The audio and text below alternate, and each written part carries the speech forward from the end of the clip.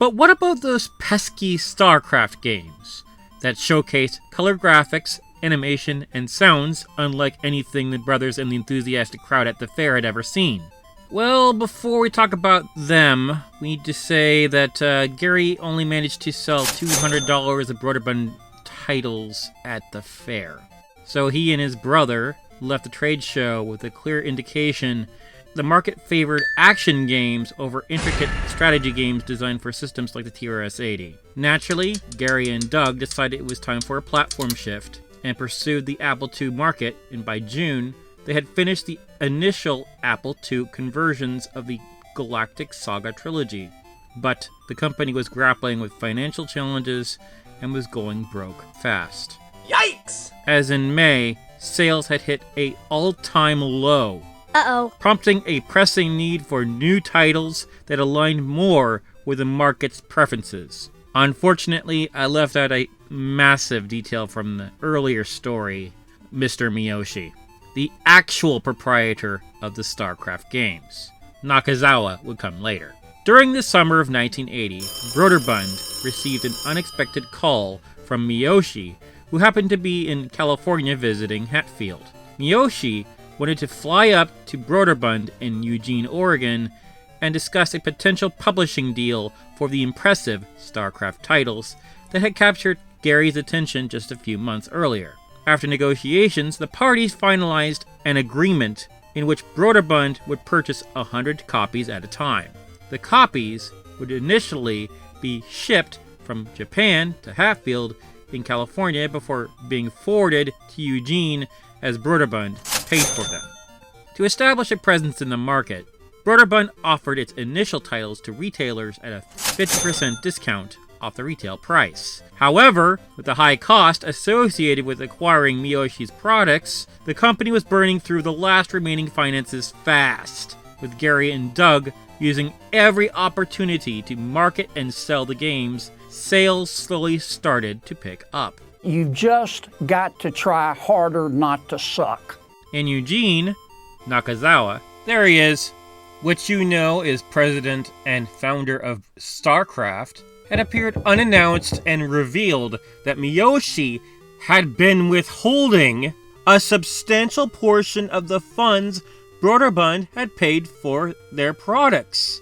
You know, that might have been one of those current events they spoke about. So Nakazawa and Brøderbund negotiated a new agreement, completely removing Miyoshi from the equation, resulting in a reduction in the acquisition cost and significantly enhancing the profitability for both parties. I wonder how my other previous details would be affected by this revelation. Following these events of West Coast Computer Fair 5 on March 14th, 16th of 1980, I bet you are wondering what exactly the games they were given to sell, when there was virtually a non-existent market for Apple II games in Japan. I wonder why. Apparently, the first title was Golden Mountain, released in September 20th of that year. That was on a floppy disk and programmed by Masaru Tomita. That was, as far as I know, the last game the dude made after the bomber for Astar International Inc. on the Apple II as well. A cassette game. Couldn't handle going from cassette to disc, huh? That title was an action game where you're in charge of dropping bombs from a B-29 bomber plane. The aim of the game is to destroy 5 targets, a submarine, and 4 green buildings. You see the map from the perspective of the bomber, but only a small part is visible. The rest is black, and is necessary to move left and right to see more.